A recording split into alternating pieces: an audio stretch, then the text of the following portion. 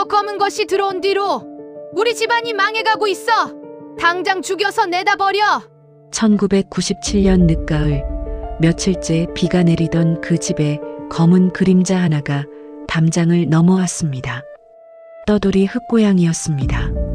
그런데 이상하게도 그날부터 집안 곳곳에서 설명할 수 없는 일들이 벌어지기 시작했습니다. 부엌에서 비릿한 냄새가 올라오고 쌀독 주변에 벌레가 모여들었으며 귀한 외아들은 날마다 창백해져 갔습니다.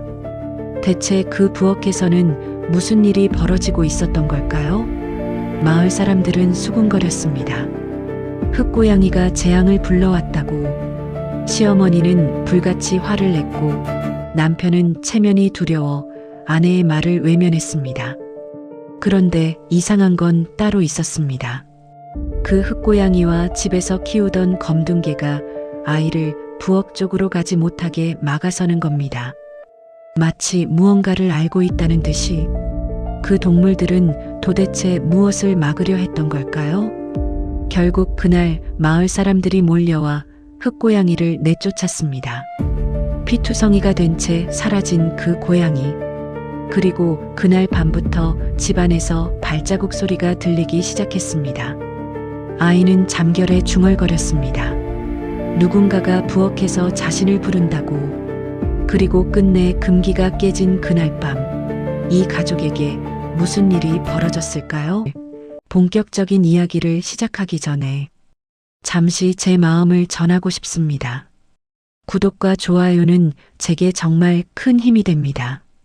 지금 어디서 시청하고 계신지 댓글로 남겨주시면 답글로 인사드리겠습니다. 1997년 늦가을, 경기도 외곽의 작은 마을에는 며칠째 가을비가 내리고 있었습니다. 낙엽이 빗물에 젖어 마당 곳곳에 늘러붙었고 흙냄새와 습기가 뒤섞인 공기가 온 집안을 감쌌습니다. 그 집에는 3대가 함께 살고 있었습니다. 66의 시어머니 춘자, 35의 아들 두식과 며느리 정희, 그리고 올해 겨우 6살이 된 외손자 민재까지. 민재는 집안의 귀한 외아들이었지만 태어날 때부터 몸이 약해 감기를 달고 살았습니다. 그해 가을에도 민재는 밤마다 기침을 했고 정희는 아이의 이마에 손을 얹으며 잠 못 드는 밤을 보내곤 했습니다. 그 무렵이었습니다. 비가 잠시 그친 어느 저녁, 담장 너머로 검은 그림자 하나가 슬며시 넘어왔습니다. 온몸이 수처럼 까만 떠돌이 고양이였습니다. 털은 비에 젖어 푹 가라앉았고 갈비뼈가 드러날 만큼 야위어 있었습니다. 고양이는 마당 한 구석에 웅크린 채 노란 눈동자로 집안을 바라보았습니다. 정희는 부엌에서 저녁 설거지를 하다가 창문 너머로 그 눈빛과 마주쳤습니다. 이상하게도 그 눈빛이 마음에 걸렸습니다. 마치 무언가를 호소하는 것 같기도 하고 경고하는 것 같기도 했습니다. 정희는 남은 밥과 국물을 작은 그릇에 담아 마당에 내놓았습니다. 고양이는 처음에는 경계하듯 물러섰다가 정희가 부엌으로 돌아간 뒤에야 조심스럽게 다가와 먹기 시작했습니다. 그 모습을 지켜보던 정희의 마음 한구석에서 알 수 없는 안도감이 피어올랐습니다. 그런데 바로 그때 뒤에서 날카로운 목소리가 날아왔습니다. 야, 뭐 하는 거야? 저런 불길한 것한테 밥을 줘? 시어머니 춘자였습니다. 춘자는 마루 끝에 서서 마당을 내려다보고 있었습니다. 얼굴에는 불쾌함과 두려움이 뒤섞여 있었습니다. 춘자는 마을에서 자라며 숱한 미신을 접해온 사람이었습니다. 그녀에게 흑고양이란 재앙의 상징이었고 집안에 들이면 안 되는 불길한 존재였습니다. 어머님, 그냥 배고픈 길고양이에요. 불쌍해서 조금 줬을 뿐이에요. 정희가 조심스럽게 대답했지만 춘자의 표정은 누그러지지 않았습니다. 불쌍한 게 어딨어. 적에 들어오고 나서 민재가 더 아픈 거 안 보여? 당장 쫓아내. 춘자의 목소리에는 단호함이 서려 있었습니다. 정희는 할 말을 잃고 고개를 숙였습니다. 사실 민재의 기침이 심해진 것은 흑고양이가 오기 전부터였습니다. 환절기마다 늘 그랬습니다. 하지만 시어머니에게 그런 말을 꺼내는 것은 쉽지 않았습니다. 정희는 입술을 깨물며 부엌으로 돌아갔습니다. 저녁이 되자 두식이 일을 마치고 돌아왔습니다. 두식은 마을에서 작은 철물점을 운영하는 사람이었습니다. 성격은 우유부단했고 어머니 춘자의 말이라면 무조건 따르는 편이었습니다. 춘자는 아들이 들어오자마자 흑고양이 이야기를 꺼냈습니다. 두식아, 내 마누라가 검은 고양이한테 밥을 줬어. 마을에서 뭐라고 하겠어. 창피해서 어디 고개를 들고 다니겠냐. 두식은 난처한 표정을 지으며 정희를 바라보았습니다. 정희는 남편의 눈빛에서 자신의 편이 되어줄 기대를 찾지 못했습니다. 두식은 잠시 망설이다가 어머니 쪽으로 고개를 돌렸습니다. 정희야, 어머니 말씀대로 해. 괜히 이상한 소문나면 곤란하잖아. 정희의 가슴에 차가운 바람이 스쳐 지나가는 것 같았습니다. 남편마저 시어머니 편에 선 것이었습니다. 정희는 대꾸 없이 민재의 방으로 들어갔습니다. 아이는 이불을 덮은 채 콜록콜록 기침을 하고 있었습니다. 정희는 아이의 등을 쓸어내리며 속으로 한숨을 삼켰습니다. 그날 밤이었습니다. 정희는 잠이 오지 않아 부엌으로 물을 마시러 갔다가 이상한 것을 발견했습니다. 부엌 한쪽 구석, 부뚜막 근처에서 비릿한 냄새가 올라오고 있었습니다. 처음에는 음식이 상한 줄 알았습니다. 하지만 냄비와 그릇을 모두 확인해도 상한 것은 없었습니다. 냄새는 마치 바닥 아래에서 혹은 벽 틈새에서 새어나오는 것 같았습니다. 정희가 고개를 갸웃거리며 냄새의 근원을 찾으려는 순간 부엌문 앞에서 낮은 소리가 들렸습니다. 고개를 돌리니 집에서 키우던 검둥개 해솔이 문 앞에 앉아 있었습니다. 해솔은 올해 4살 된 수컷으로 평소에는 마당을 어슬렁거리다 마루 밑에서 잠을 자곤 했습니다. 그런데 그날 밤 해솔은 부엌 앞을 떠나지 않았습니다. 마치 무언가를 지키려는 것처럼 두 눈을 반짝이며 부엌 안쪽을 응시하고 있었습니다. 더 놀라운 것은 그 다음이었습니다. 해솔의 옆에 그 흑고양이가 나란히 앉아 있었던 겁니다. 낮에 정희가 밥을 준 바로 그 고양이였습니다. 두 동물은 서로를 경계하지 않았습니다. 오히려 같은 방향을 바라보며 마치 함께 무언가를 감시하는 것처럼 보였습니다. 정희는 등골이 서늘해지는 느낌을 받았습니다. 다음 날 아침 정희는 쌀독을 열다가 소스라치게 놀랐습니다. 쌀독 주변에 작은 벌레들이 모여 있었던 겁니다. 전에는 본 적 없는 종류의 벌레였습니다. 검은 등에 길쭉한 몸통을 가진 것들이 쌀독 뚜껑 틈새를 기어다니고 있었습니다. 정희는 급히 벌레들을 쓸어내고 쌀독을 닦았습니다. 하지만 마음 한구석에 불안이 자리 잡았습니다. 그날도 해솔과 흑고양이는 부엌 근처를 서성였습니다. 민재가 마루에서 놀다가 부엌 쪽으로 가려 하면 해솔이 먼저 달려가 길을 막았습니다. 흑고양이도 마찬가지였습니다. 아이가 부뚜막 쪽으로 다가가려 하면 앞발로 아이의 옷자락을 잡아 끌듯 막아섰습니다. 정희는 그 광경을 보며 이상하다는 생각을 지울 수 없었습니다. 동물들이 왜 저러는 걸까? 부엌에 무슨 문제가 있는 걸까? 하지만 정희의 의문은 가족 누구에게도 공유되지 않았습니다. 춘자는 흑고양이가 해솔까지 홀렸다며 더욱 불길해했고 두식은 별것 아니라며 대수롭지 않게 넘겼습니다. 저녁이 되자 춘자는 마을 이웃에게 흑고양이 이야기를 했고 그 이야기는 순식간에 마을 전체로 퍼져나갔습니다. 그 집에 검은 고양이가 들어왔대. 그러더니 아이가 더 아프대. 그것 봐. 흑고양이는 재앙을 부른다니까. 마을 사람들의 수군거림이 정희의 귀에까지 들려왔습니다. 정희는 억울했습니다. 고양이가 무슨 잘못을 했다고. 하지만 그 억울함을 표현할 곳은 어디에도 없었습니다. 그날 밤 정희는 다시 부엌을 살펴보았습니다. 비릿한 냄새는 여전했고 부뚜막 천장 쪽에 검게 번진 얼룩이 눈에 들어왔습니다. 어제까지는 없었던 얼룩이었습니다. 정희는 손전등을 들고 천장을 비춰보았습니다. 얼룩은 습기가 번진 것처럼 보였지만 그 안에서 무언가가 움직이는 것 같은 느낌도 들었습니다.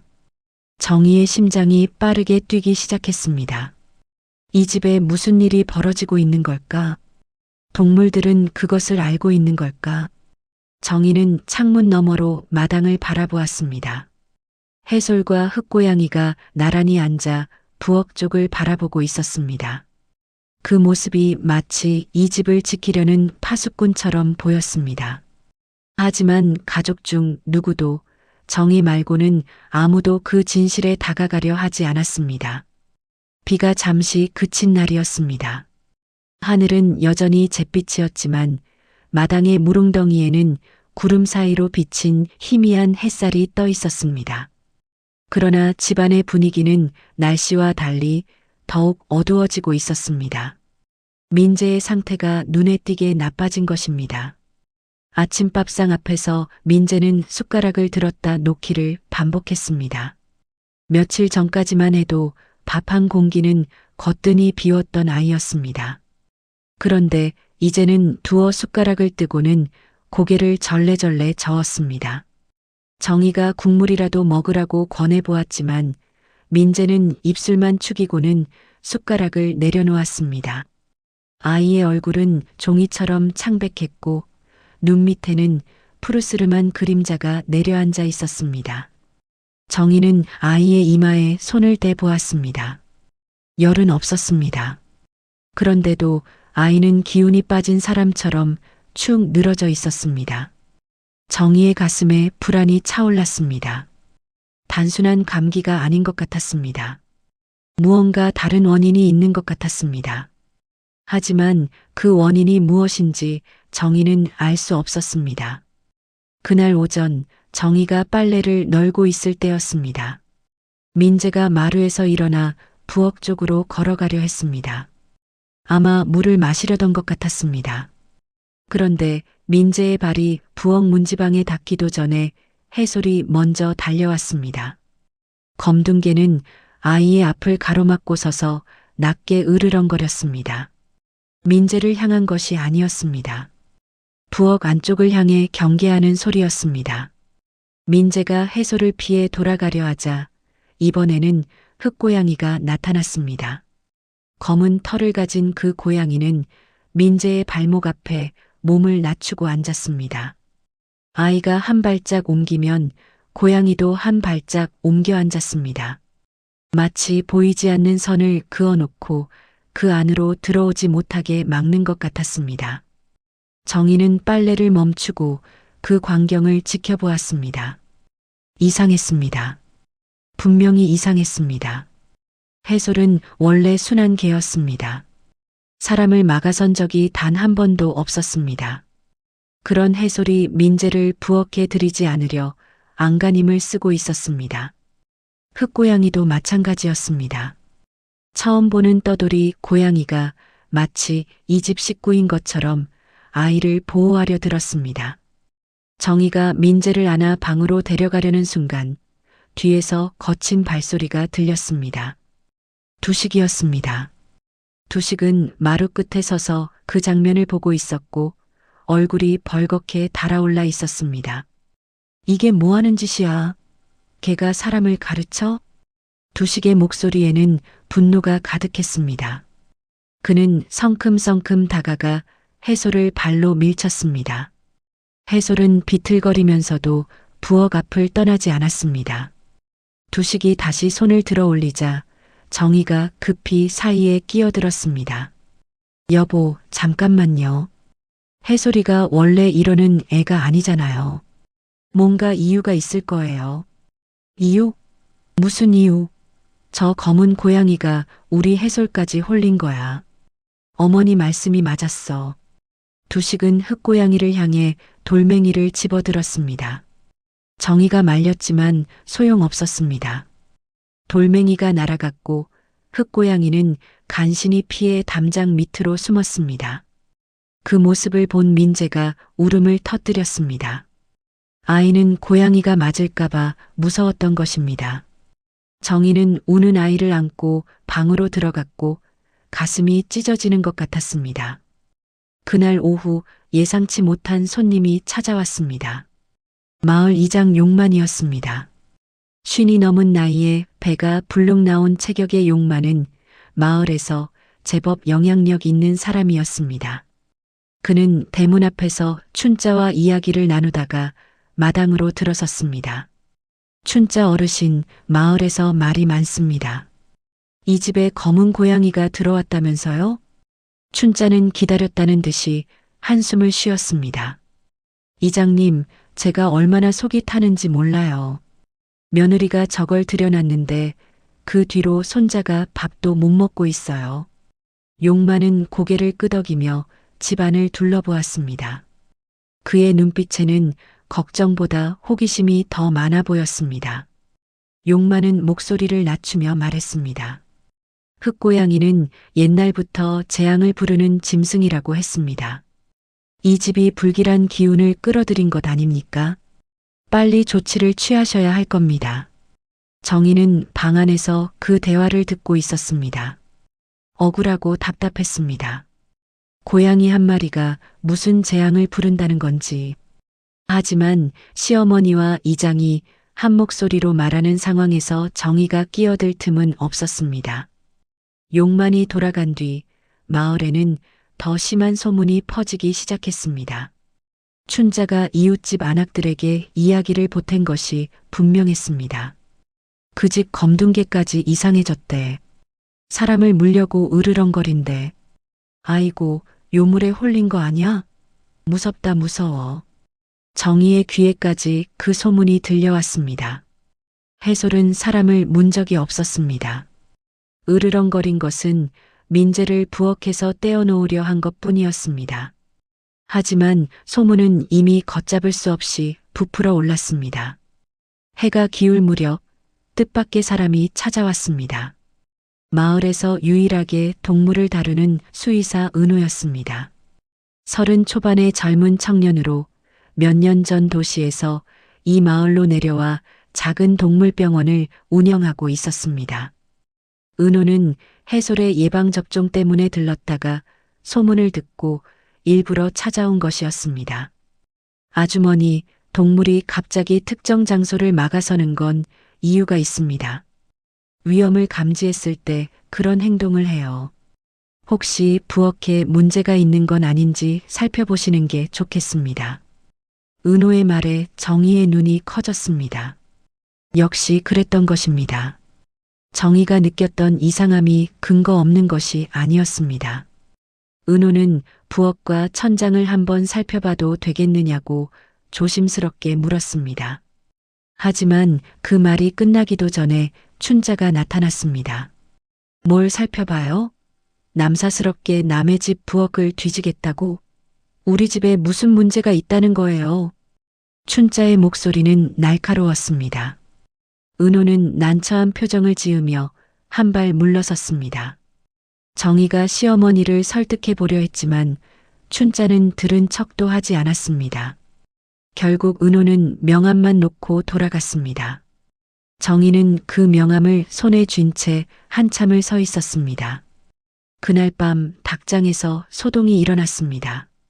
두식이 저녁을 먹고 마당에 나갔다가 닭장 앞에서 멈춰 섰습니다. 닭 한 마리가 쓰러져 있었던 것입니다.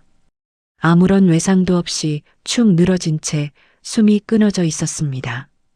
두식은 죽은 닭을 들어 올리며 얼굴을 찌푸렸습니다. 이게 뭐야? 어제까지 멀쩡했는데. 춘자는 그 광경을 보자마자 울음을 터뜨렸습니다. 내가 뭘 했어? 저 검은 것이 들어오고 나서 우리 집안에 안 좋은 일만 생긴다니까. 정희는 아무 말도 할 수 없었습니다. 닭이 죽은 것과 흑고양이가 무슨 상관이란 말입니까? 하지만 이 집에서 정희의 말은 아무런 힘이 없었습니다. 모두가 잠든 깊은 밤, 정희는 혼자 부엌으로 갔습니다. 손전등을 들고 천장을 비췄습니다. 정희의 얼굴이 굳어졌습니다. 며칠 전에 발견했던 검은 얼룩이 2배 가까이 커져 있었습니다. 얼룩의 가장자리에서는 무언가가 스멀스멀 움직이는 것처럼 보였습니다. 정희는 손전등을 든 손이 떨리는 것을 느꼈습니다. 부뚜막 틈새에서는 여전히 비릿한 냄새가 올라왔습니다. 아니, 며칠 전보다 더 진해진 것 같았습니다. 정희는 확신했습니다. 이 부엌에 무언가 문제가 있는 것입니다. 해솔과 흑고양이는 그것을 알고 민재를 막았던 것입니다. 정희는 내일 아침 남편에게 이야기해야겠다고 결심했습니다. 천장을 뜯어서라도 확인해 봐야 한다고. 하지만 과연 남편이 들어줄까요? 시어머니가 가만히 있을까요? 정희는 어둠 속에서 한숨을 삼켰습니다. 창문 너머로 해솔과 흑고양이가 보였습니다. 두 동물은 여전히 부엌 앞을 지키고 있었습니다. 마을 사람들은 저것들을 요물이라 불렀습니다. 하지만 정희의 눈에는 달랐습니다. 저것들은 이 집을 지키려는 것이었습니다. 아무도 믿어주지 않는 진실을 온몸으로 말하고 있었습니다. 새벽 4시쯤이었습니다. 정희는 옆에서 들려오는 이상한 소리에 눈을 떴습니다. 민재였습니다. 아이는 이불을 걷어찬 채 가쁘게 숨을 몰아쉬고 있었습니다. 이마에는 식은땀이 흥건했고 작은 가슴이 빠르게 오르내렸습니다. 정희는 벌떡 일어나 아이의 볼을 감쌌습니다. 차가웠습니다. 열이 있는 것이 아니라 오히려 체온이 떨어져 있었습니다. 민재야, 민재야, 엄마야, 눈 떠봐. 정희의 목소리가 떨렸습니다. 민재는 눈을 반쯤 뜬 채 초점 없는 시선을 허공에 두고 있었습니다. 입술은 파르스름하게 질려 있었고 손발은 얼음장처럼 차가웠습니다. 정희는 아이를 끌어안고 등을 문질렀습니다. 그러면서도 머릿속으로는 빠르게 계산했습니다. 병원은 읍내까지 가야 했습니다. 이 시간에는 차도 없었습니다. 가장 가까운 곳은 마을 보건소였습니다. 정희는 민재를 업었습니다. 6살짜리가 이렇게 가벼웠던가. 며칠 사이에 아이의 몸에서 살이 빠진 것 같았습니다. 정희는 신발도 제대로 신지 못한 채 대문을 열고 뛰기 시작했습니다. 어둠 속에서 자갈길이 발바닥을 찔렀지만 아프지 않았습니다. 오직 아이를 살려야 한다는 생각뿐이었습니다. 보건소까지는 걸어서 15분 거리였습니다. 정희는 그 길을 7분 만에 주파했습니다. 숨이 턱까지 차올랐지만 멈추지 않았습니다. 보건소에 도착했을 때 당직 간호사가 놀란 얼굴로 문을 열어주었습니다. 정희는 아이를 내려놓으며 울음 섞인 목소리로 상황을 설명했습니다. 아이가 갑자기 이래요. 숨을 못 쉬고 온몸이 차갑고. 간호사는 민재의 맥박을 짚고 눈동자를 확인했습니다. 당직 의사가 달려와 청진기를 댔습니다. 몇 분간의 응급처치 끝에 민재의 호흡이 조금씩 안정되었습니다. 의사는 고개를 갸웃거리며 말했습니다. 일시적인 호흡 곤란인 것 같은데 원인이 뭔지 정확히는 모르겠습니다. 혹시 집에서 이상한 냄새가 나거나 환기가 안 되는 곳이 있습니까? 정희의 머릿속에 부엌이 떠올랐습니다. 비릿한 냄새, 천장의 검은 얼룩, 벌레들. 하지만 정희는 선뜻 대답하지 못했습니다. 확실한 증거도 없이 말했다가 또 이상한 사람 취급받을 것 같았습니다. 정희는 그냥 모르겠다고 대답했습니다. 의사는 아이를 며칠 지켜보라며 영양제 주사를 놓아주었습니다. 동이틀 무렵 정희는 민재를 업고 집으로 돌아왔습니다. 아이는 잠이 들어 있었습니다. 호흡은 안정되었지만 정희의 마음은 여전히 불안했습니다. 대문을 열고 마당으로 들어서는 순간 정희는 발을 멈췄습니다. 해솔이 부엌 앞에 앉아 있었습니다. 밤새 그 자리를 지킨 것 같았습니다. 검둥개의 눈에는 피로가 역력했지만 자리를 뜨지 않고 부엌 쪽을 응시하고 있었습니다. 정희는 민재를 방에 눕히고 부엌으로 갔습니다. 그리고 그 자리에서 굳어버렸습니다. 부엌 바닥에 작은 벌레 사체들이 널려 있었습니다. 10마리도 넘었습니다. 검은 등에 길쭉한 몸통을 가진 며칠 전 쌀독 주변에서 보았던 그 벌레들이었습니다. 사체들은 부뚜막 쪽에서 바닥 중앙까지 흩어져 있었습니다. 마치 어딘가에서 쏟아져 나온 것처럼 보였습니다. 정희는 코를 막았습니다. 냄새가 전보다 훨씬 심했습니다. 비릿하면서도 쿰쿰한 마치 무언가가 썩어가는 것 같은 냄새였습니다. 부뚜막 틈새에서 그 냄새가 올라오고 있었습니다. 정희는 확신했습니다. 이 부엌에 문제가 있는 것이었습니다. 민재가 아픈 것도 닭이 죽은 것도 모두 이것과 관련이 있을지 모른다고 생각했습니다. 정희가 벌레 사체를 쓸어 담고 있을 때 부엌 입구에서 소리가 들렸습니다. 흑고양이였습니다. 검은 고양이는 부엌 안으로 들어오지 않고 문턱에 앉아 천장을 올려다보고 있었습니다. 그리고 낮게 길게 울기 시작했습니다. 야옹 소리가 아니었습니다.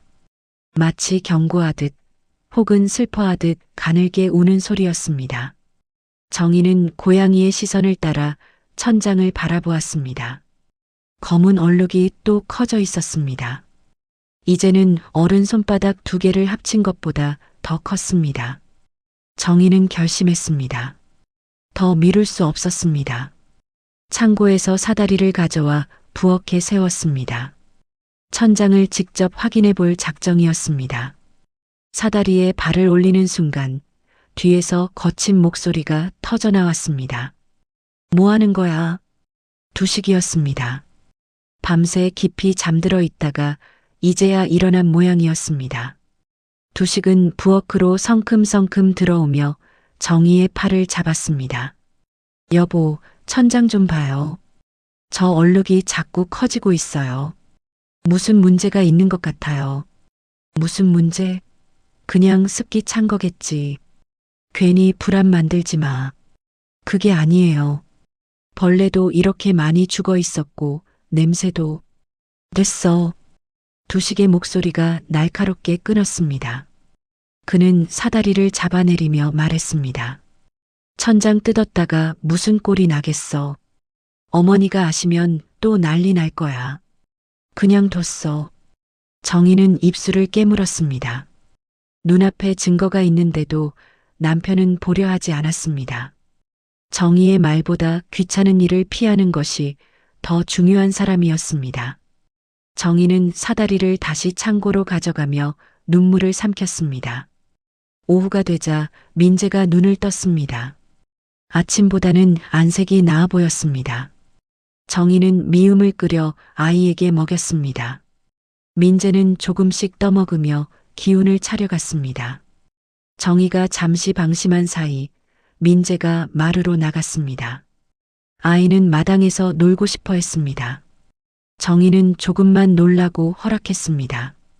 민재는 마당 한쪽에서 나뭇가지를 주워 땅에 그림을 그리며 놀았습니다. 해솔이 곁에서 지켜보고 있었고 흑고양이도 멀찌감치 담장 밑에 앉아 아이를 바라보았습니다. 평화로운 풍경이었습니다. 그런데 갑자기 민재가 비명을 질렀습니다. 정희가 뛰어나갔을 때 민재는 마당 한가운데 엎어져 있었습니다. 무릎이 찢어져 피가 흘러나오고 있었습니다. 땅에 박힌 돌부리에 걸려 넘어진 것이었습니다. 정희는 급히 아이를 안아 일으키며 상처를 확인했습니다. 깊지는 않았지만 피가 제법 많이 났습니다. 그런데 이상한 일이 벌어졌습니다. 피 냄새가 퍼지자 어디선가 벌레들이 모여들기 시작한 것입니다. 작고 검은 벌레들이 땅 위를 기어 민재가 넘어진 쪽으로 다가왔습니다.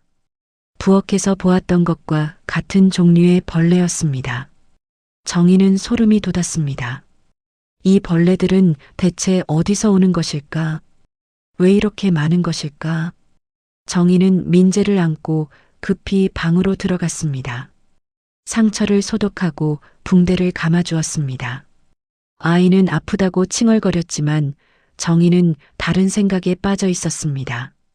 이 집에 무언가가 있었습니다. 눈에 보이지 않는 무언가가 가족을 병들게 하고 있었습니다. 동물들은 그것을 알았습니다. 하지만 사람들은 동물을 탓했습니다. 저녁이 되자 춘자가 마을에서 돌아왔습니다. 낮에 이웃집에 다녀온 모양이었습니다. 춘자의 얼굴은 불그락푸르락 화가 나 있었습니다. 정희야, 마을에서 뭐라고 하는지 알아? 우리 집 짐승들이 사람 기를 빨아먹는다고 수군거려. 창피해서 고개를 못 들겠어. 정희는 대꾸하지 않았습니다. 대꾸해봤자 소용없다는 것을 알았습니다. 춘자는 계속 말을 이었습니다. 그 검은 고양이가 문제야. 저것만 없애면 다 해결돼. 내일 당장 이장님한테 말해서 처리할 거야. 정희의 가슴이 철렁 내려앉았습니다. 처리한다니. 그 말이 무슨 뜻인지 정희는 알고 있었습니다. 정희는 시어머니를 바라보며 조심스럽게 입을 열었습니다. 어머님, 고양이 탓이 아닌 것 같아요. 부엌에 문제가 있는 것 같아요. 천장의 얼룩이 자꾸 커지고 이상한 벌레도 나오고. 뭐? 부엌에 문제가 있다고? 춘자의 눈이 커졌습니다. 하지만 그것은 걱정의 눈빛이 아니었습니다. 분노의 눈빛이었습니다. 내가 시집와서 관리를 못해서 그런 거 아냐? 부엌이 그 꼴인 게 누구 탓인데? 거기다 대고 부엌 탓을 해? 정희는 할 말을 잃었습니다. 자신이 무슨 말을 해도 돌아오는 것은 비난뿐이었습니다. 정희는 고개를 숙이고 방으로 들어갔습니다. 문을 닫는 순간 눈물이 흘러내렸습니다. 밤이 깊어졌습니다. 정희는 잠들지 못하고 창문 너머를 바라보았습니다. 흑고양이가 담장 위에 앉아 있었습니다. 달빛 아래 검은 털이 희미하게 빛났습니다. 고양이는 집안을 내려다보고 있었습니다. 마치 이 집에서 벌어지는 모든 일을 알고 있다는 듯이 정희는 알고 있었습니다. 저 고양이가 재앙이 아니라는 것을, 저 고양이는 이 집을 지키려 했다는 것을. 하지만 정희의 말에는 아무런 힘이 없었습니다. 증거를 보여줘도 설명을 해도 아무도 듣지 않았습니다. 흑고양이는 이 집의 모든 불행을 대신 뒤집어 쓰는 희생양이 되어 가고 있었습니다. 그리고 정희는 그것을 막을 수 없었습니다. 장날이 지난 다음 날이었습니다. 점심 무렵 대문 앞이 시끄러워졌습니다. 이장 용만이 마을 남자 서너 명을 데리고 찾아온 것이었습니다. 춘자가 반색하며 그들을 맞았습니다. 이장님, 잘 오셨어요. 이제 저것 좀 처리해 주세요. 용만은 고개를 끄덕이며 마당을 둘러보았습니다. 담장 밑에 흑고양이가 웅크리고 앉아 있었습니다. 용만은 두식에게 다가가 어깨를 툭 쳤습니다. 두식이, 자네 집안 가장 아닌가. 저거 하나 못 잡아서 마을 사람들 입방아에 오르내리게 할 건가. 두식의 얼굴이 붉어졌습니다. 체면을 건드린 것이었습니다. 춘자도 거들었습니다. 그래, 민재가 저것 때문에 얼마나 아팠는데. 내가 가장이면 가장답게 해. 두식은 이를 악물고 흑고양이에게 다가갔습니다. 고양이는 몸을 낮추며 뒤로 물러섰습니다. 두식이 손을 뻗는 순간 고양이가 발톱을 세웠습니다. 날카로운 통증과 함께 두식의 발목에 붉은 줄이 그어졌습니다. 이 빌어먹을. 두식이 소리를 질렀습니다. 춘자가 비명을 질렀고 마을 사람들이 웅성거렸습니다. 맞지? 저게 사람을 해치잖아. 당장 없애야 해. 용만의 말에 남자들이 움직였습니다. 막대기와 돌멩이를 든 사람들이 흑고양이를 에워쌌습니다. 고양이는 부엌 쪽으로 도망치려 했습니다. 마지막까지 그 부엌을 지키려는 것처럼 보였습니다. 하지만 사람들이 길을 막았습니다. 고양이는 갈 곳을 잃고 담장 쪽으로 몰렸습니다. 정희는 마루에서 그 광경을 보고 있었습니다. 가슴이 찢어지는 것 같았습니다.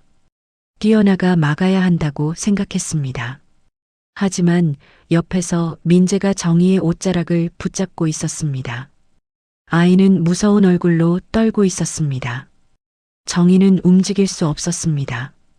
돌멩이가 날아갔습니다. 고양이의 옆구리에 맞았습니다. 고양이가 비명을 질렀습니다. 또 하나의 돌이 날아가 등을 쳤습니다. 고양이는 비틀거리며 담장을 기어 올랐습니다. 피가 검은 털 사이로 스며 나왔습니다. 고양이는 담장 위에서 한 번 뒤를 돌아보았습니다. 노란 눈동자가 정희를 바라보는 것 같았습니다. 그리고 담장 너머로 사라졌습니다. 정희는 그 자리에 주저앉았습니다. 눈물이 흘러내렸습니다. 자신이 비겁했습니다. 막을 수 있었는데 막지 못했습니다. 민재를 핑계로 가만히 서 있었습니다. 정희는 손으로 얼굴을 가리고 소리 없이 울었습니다. 그날 밤부터 이상한 일이 시작되었습니다. 자정이 넘은 시각 우물가에서 소리가 들렸습니다. 물방울 떨어지는 소리가 아니었습니다. 발자국 같았습니다. 누군가가 우물 주변을 서성이는 것 같은 소리였습니다. 정희는 귀를 기울였습니다. 소리는 잠시 멈췄다가 다시 들렸습니다. 창문 너머로 내다보았지만 아무것도 보이지 않았습니다. 해솔이 갑자기 짖기 시작했습니다. 낮게 으르렁거리다가 날카롭게 짖었습니다. 무언가를 향해 경고하는 소리였습니다. 정희는 등골이 서늘해졌습니다. 해솔은 밤새 짖음을 멈추지 않았습니다. 새벽녘 민재가 잠꼬대를 했습니다. 엄마, 누가 불러? 정희가 아이를 흔들어 깨웠습니다. 민재는 눈을 비비며 말했습니다. 부엌에서 누가 나를 불렀어? 이리 오라고. 정희의 심장이 얼어붙었습니다. 아이를 꼭 끌어안았습니다. 온몸이 떨렸습니다. 이 집에 무슨 일이 벌어지고 있는 걸까? 고양이를 내쫓은 뒤로 무언가가 더 나빠지고 있었습니다. 다음 날도 그 다음 날도 소리는 계속되었습니다. 밤마다 우물가에서 발자국 소리가 들렸고 부엌 쪽에서 무언가가 움직이는 기척이 났습니다. 해솔은 점점 지쳐갔습니다. 밤새 짖느라 기운이 빠져 낮에는 축 늘어져 있었습니다. 춘자와 두식도 소리를 들은 것 같았습니다. 하지만 두 사람은 입을 다물고 있었습니다. 소문이 날까봐 두려웠던 것입니다. 정희만이 밤마다 깨어 소리를 들었고 민재가 잠꼬대할 때마다 아이를 끌어안았습니다. 정희는 생각했습니다. 흑고양이가 막으려 했던 것이 무엇이었는지. 그 고양이는 이 집을 지키려 했습니다. 하지만 사람들은 그것을 재앙으로 몰아 내쫓았습니다. 이제 막아줄 존재가 사라졌습니다. 남은 것은 해솔뿐이었습니다. 정희는 창문 너머로 마당을 바라보았습니다. 해솔이 부엌 앞에 앉아 있었습니다. 지친 몸을 이끌고 그 자리를 지키고 있었습니다. 정희의 가슴에 죄책감이 무겁게 내려앉았습니다. 자신이 지키지 못한 생명, 자신이 막지 못한 일, 그 모든 것이 어깨를 짓눌렀습니다. 그때 정희는 결심했습니다.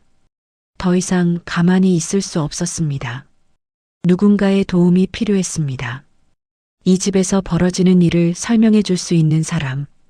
정희의 머릿속에 한 사람이 떠올랐습니다. 정희는 더 이상 혼자 버틸 수 없었습니다. 마을에서 2시간 거리에 있는 작은 절을 찾아갔습니다. 그곳에는 성진 스님이 계셨습니다. 마을 사람들 사이에서 영험하다고 소문난 분이었습니다. 정희는 스님 앞에 무릎을 꿇고 그동안 있었던 일을 모두 털어놓았습니다. 성진 스님은 묵묵히 듣다가 천천히 입을 열었습니다. 집을 직접 봐야 알겠습니다. 내일 찾아가겠습니다. 다음 날 오후 성진 스님이 집에 도착했습니다. 춘자는 스님을 보자 놀란 얼굴로 맞았습니다. 두식도 일을 멈추고 나왔습니다. 스님은 인사를 나눈 뒤 곧장 부엌으로 향했습니다.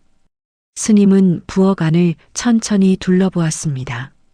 천장의 검은 얼룩을 한참 바라보더니 고개를 끄덕였습니다. 그리고 붓두막 틈새에 손을 가져다 대었습니다.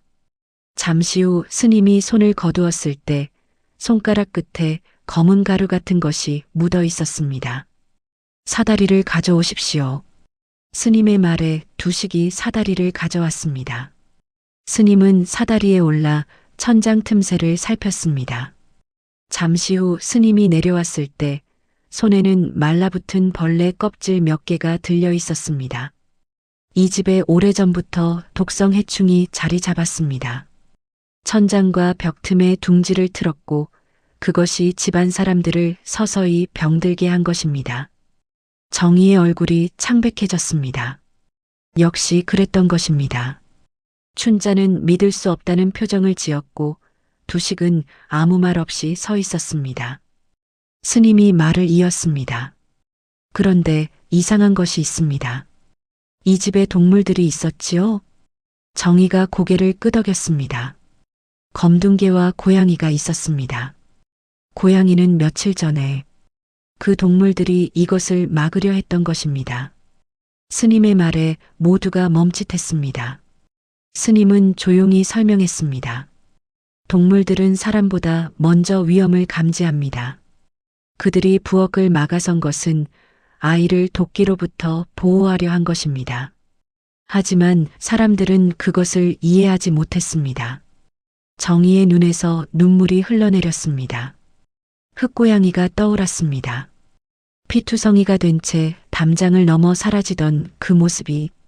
스님은 한숨을 쉬며 덧붙였습니다. 억울하게 몰려난 생명은 한을 남깁니다. 그 한이 이 집의 서린 공포를 더 키우고 있습니다. 독을 없애는 것만으로는 부족합니다. 잘못을 인정하고 용서를 구해야 합니다. 스님은 품에서 부적 몇 장을 꺼냈습니다. 그리고 정희와 두식에게 해야 할 일을 일러주었습니다. 부적을 대문과 부엌문, 우물가에 붙이고 마당에서 재를 태우며 죄를 인정하는 절차를 거쳐야 했습니다. 가장 중요한 것이 있습니다. 스님의 목소리가 엄숙해졌습니다. 오늘 밤은 절대로 잠들어서는 안 됩니다. 그리고 부적을 붙인 뒤에는 어떤 이유로도 문을 열어서는 안 됩니다. 무슨 소리가 들려도 누가 부르는 것 같아도 절대로 문을 열지 마십시오. 정희는 고개를 끄덕였습니다. 반드시 지키겠다고 다짐했습니다. 두식도 고개를 끄덕였지만 표정이 완전히 납득한 것 같지는 않았습니다. 춘자는 겁에 질린 얼굴로 방 안에 들어가 버렸습니다. 해가 지기 전 정희와 두식은 스님이 일러준 대로 했습니다. 부적을 문마다 붙이고 마당에서 재를 태웠습니다. 정희는 재가 타오르는 것을 바라보며 속으로 빌었습니다. 흑고양이에게, 이 집에 서린 모든 억울함에게 용서를 구했습니다. 해솔이 정희 곁으로 다가왔습니다. 며칠 사이에 많이 여윈 모습이었습니다. 밤마다 짖느라 기운이 빠진 것이었습니다. 정희는 해솔의 머리를 쓰다듬었습니다. 고마워, 해솔아. 내가 지켜줬구나. 해솔은 꼬리를 흔들었습니다. 그리고 부엌 앞으로 가서 자리를 잡았습니다. 오늘 밤도 그 자리를 지킬 작정인 것 같았습니다. 밤이 깊어졌습니다. 정희는 민재를 곁에 눕히고 눈을 부릅뜨고 앉아 있었습니다. 두식은 방 한쪽에서 술을 마시고 있었습니다. 긴장을 풀려는 것인지 아니면 무서움을 달래려는 것인지 알 수 없었습니다. 춘자는 이불을 뒤집어 쓰고 움직이지 않았습니다. 집안은 고요했습니다. 너무 고요해서 오히려 불안했습니다. 정희는 귀를 기울였습니다. 바람 소리, 나뭇잎 스치는 소리 외에는 아무것도 들리지 않았습니다. 하지만 공기가 무거웠습니다. 마치 무언가가 집 주변을 맴돌고 있는 것 같은 느낌이었습니다. 정희는 문고리를 바라보았습니다. 스님의 말이 떠올랐습니다. 무슨 일이 있어도 문을 열지 마라. 정희는 손을 꼭 쥐었습니다. 오늘 밤만 버티면 됩니다. 오늘 밤만. 그때 해솔이 낮게 으르렁거리기 시작했습니다. 밤이 깊어질수록 집안의 공기가 무겁게 가라앉았습니다. 시계는 자정을 넘기고 있었습니다. 정희는 민재의 이마를 만지며 열을 확인했습니다. 다행히 아이는 평온하게 잠들어 있었습니다. 하지만 정희는 잠들 수 없었습니다. 스님의 말이 머릿속을 맴돌았습니다. 오늘 밤만 버티면 됩니다.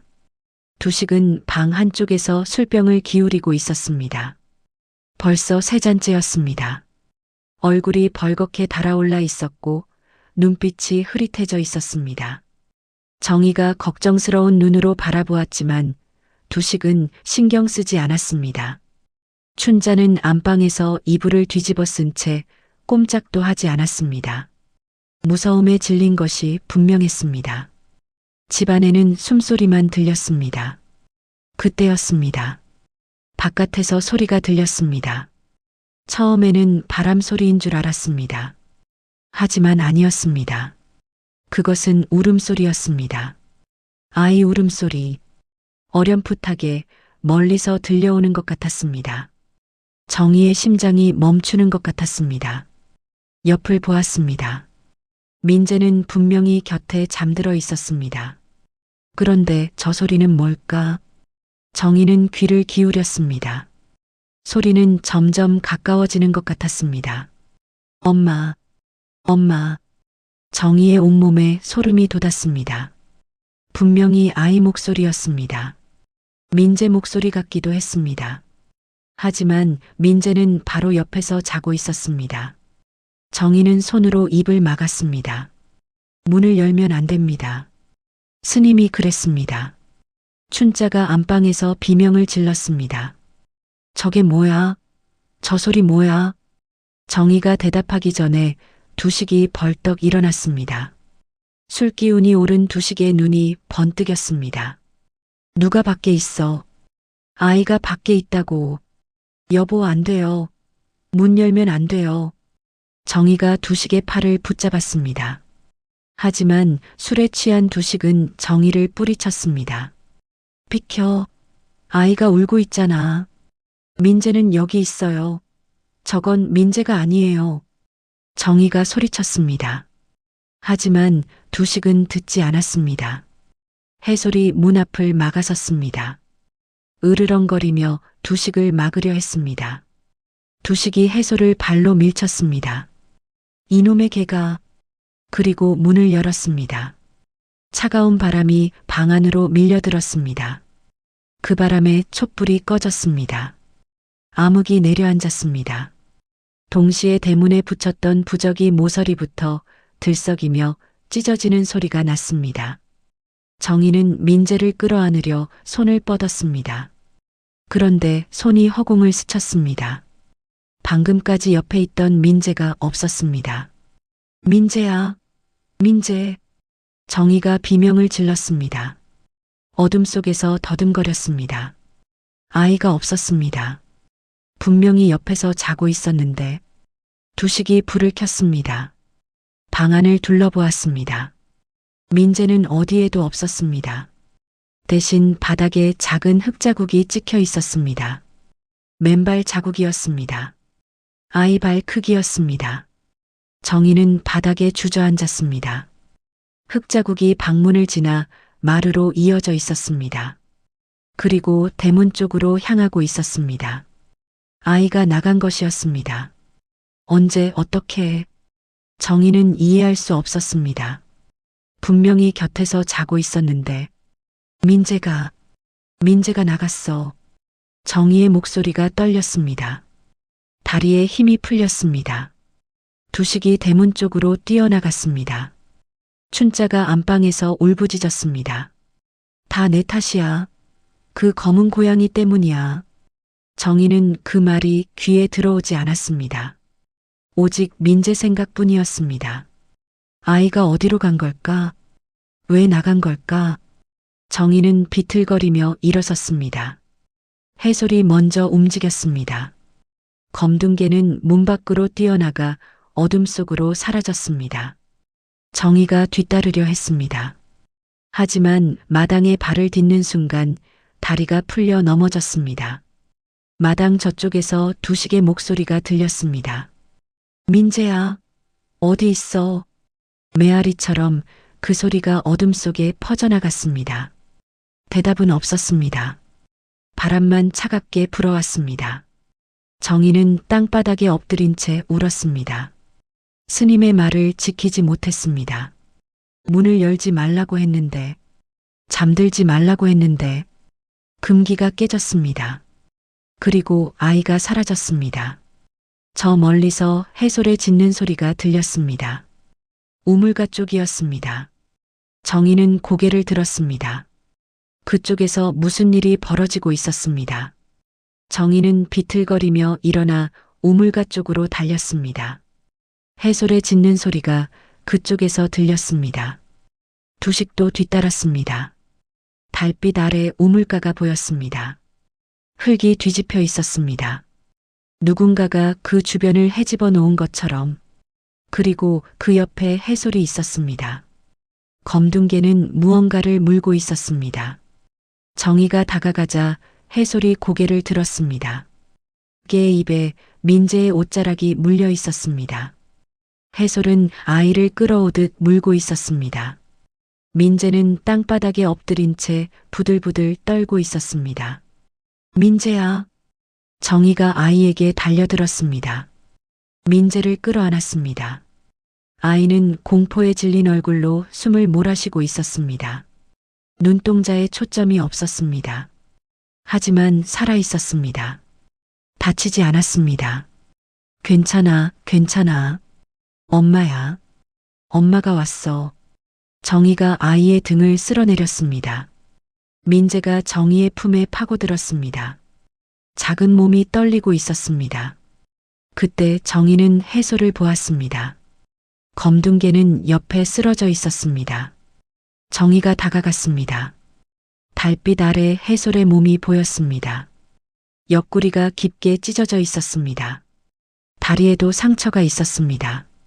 피가 검은 털을 적시며 흘러내리고 있었습니다. 해솔아. 정희의 목소리가 떨렸습니다.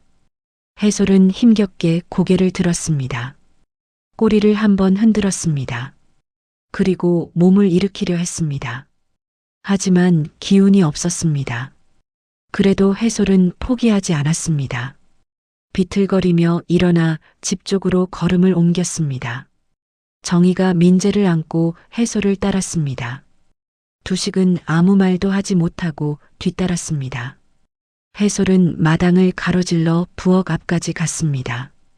그리고 그 자리에 털썩 주저앉았습니다. 평소에 늘 앉던 자리였습니다. 해솔은 부엌 쪽을 바라보며 앉아 있었습니다. 마지막까지 그 자리를 지키려는 것처럼 정희가 해솔 곁에 무릎을 꿇었습니다. 개의 머리를 쓰다듬었습니다. 고마워, 해솔아. 내가 민재를 지켜줬구나. 고마워. 해솔이 정희를 올려다보았습니다. 눈빛이 평온했습니다. 꼬리가 한 번 더 흔들렸습니다. 그리고 천천히 눈이 감겼습니다. 해솔의 몸에서 힘이 빠져나갔습니다. 숨이 멈췄습니다. 정희는 해솔을 끌어안고 울었습니다. 소리내어 울었습니다. 민재도 울었습니다. 두식은 고개를 숙인 채 서 있었습니다. 춘자가 마루 끝에서 그 광경을 보고 있었습니다. 아무 말도 하지 못했습니다. 새벽이 밝아왔습니다. 성진 스님이 다시 찾아왔습니다. 스님은 부엌 천장을 뜯어냈습니다. 그 안에서 독성 해충의 둥지가 발견되었습니다. 수십 년 동안 쌓인 것이었습니다. 부뚜막 틈새에서도 같은 것이 나왔습니다. 도끼가 집안 곳곳에 스며들어 있었던 것입니다. 스님이 말했습니다. 동물들은 이것을 알았습니다. 흑고양이도 이개도 그들은 사람들이 모르는 것을 보았고 온몸으로 막으려 했습니다. 정희는 고개를 숙였습니다. 눈물이 다시 흘러내렸습니다. 흑고양이가 떠올랐습니다. 피투성이가 된 채 담장을 넘어 사라지던 그 모습. 정희는 자신이 지키지 못한 생명을 떠올렸습니다. 며칠 후 정희는 담장 밖을 돌아다녔습니다. 흑고양이의 흔적을 찾았습니다.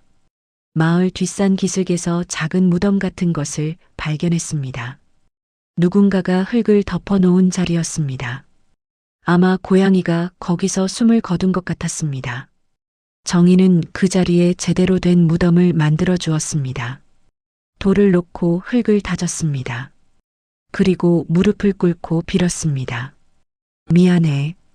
내가 지켜주지 못해서 미안해. 정희는 그 자리에서 오래 앉아 있었습니다. 바람이 불어왔습니다. 나뭇잎이 흔들렸습니다. 마치 용서한다고 말하는 것 같았습니다. 정희는 집으로 돌아왔습니다. 해솔의 무덤 옆에도 작은 비석을 세웠습니다. 그리고 결심했습니다. 다시는 소문과 분노로 생명을 재단하지 않겠다고, 눈에 보이는 것만 믿지 않겠다고, 말 못하는 존재들의 목소리에 귀 기울이겠다고. 얼마 후 정희는 민재를 데리고 그 집을 떠났습니다. 새로운 곳에서 새 삶을 시작하기로 했습니다. 떠나는 날 아침, 정희는 마지막으로 해솔의 무덤 앞에 섰습니다. 고마웠어, 해솔아. 너와 먹구가 우리를 지켜줬어. 잊지 않을게. 바람이 불었습니다. 풀잎이 흔들렸습니다. 정희는 미소 지었습니다. 그리고 민재의 손을 잡고 대문을 나섰습니다. 오늘의 이야기 어떠셨나요? 댓글에서 자유롭게 이야기해 주세요. 다음번에도 재밌는 이야기로 돌아오겠습니다. 감사합니다.